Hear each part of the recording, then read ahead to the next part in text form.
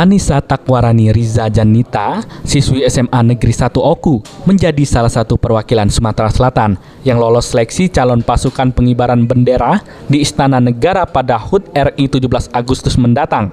Anissa lolos setelah menyingkirkan 90 orang lebih peserta seleksi lainnya. Saat ditemui latihan rutin di Gedung Olahraga Kabupaten Oku, gadis satu ini mengaku senang berhasil lolos sebagai Capaska Nasional karena bergabung ke tingkat nasional sudah menjadi impiannya sejak lama. Menurut Anissa, dirinya sering melakukan latihan fisik setiap harinya, sehingga saat acara puncak nanti dirinya bisa ditugaskan sebagai baki atau pembawa bendera pusaka. Anissa pun meminta doa agar tugasnya bisa dijalankan dengan lancar dan sukses. Itu aja seneng banget, dan juga nggak nyangka gitu. Soalnya cuma mimpi, dulunya tuh cuma mimpi gitu, sekarang nggak nyangka aja sih. Siapanya latihan seperti biasa, gabungan tiap minggu. Terus sebelum berangkat itu 4 hari berturut-turut latihan terus. Ya tentunya jaga fisik aja gitu, jaga fisik, jaga kondisi, latihan terus itu kan. Latihan lari, latihan plank untuk bersiap, mungkin bisa jadi insya Allah kan, siapa tahu dapat kesempatan untuk jadi baki gitu. Ya gitu. Alhamdulillah, sebenarnya enggak ada sama sekali kesulitan, cuma tantangan iya. Apa tantangannya? Gimana ya ngelawan, gimana ya kayak berkompetisi sama teman-teman yang lain gitu kan, kompetisi sehat gitu. Ada berapa orang kemarin yang ikut seleksi untuk seluruh Sumsel kemarin? 95, 48 cewek, 47 cowok.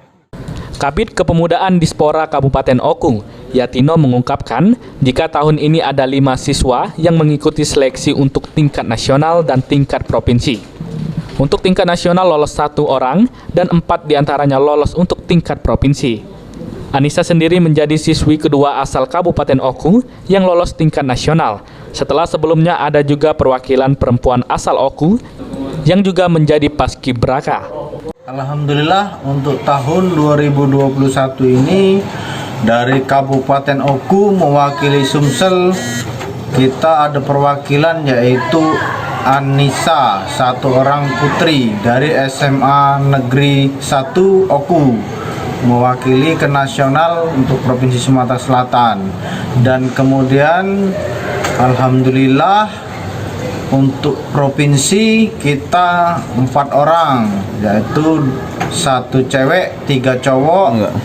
Untuk latihan kami dari bulan Maret sudah kami melaksanakan latihan. Untuk selanjutnya kita latihan rutin setiap hari Minggu di Gor Batu Raja sampai dengan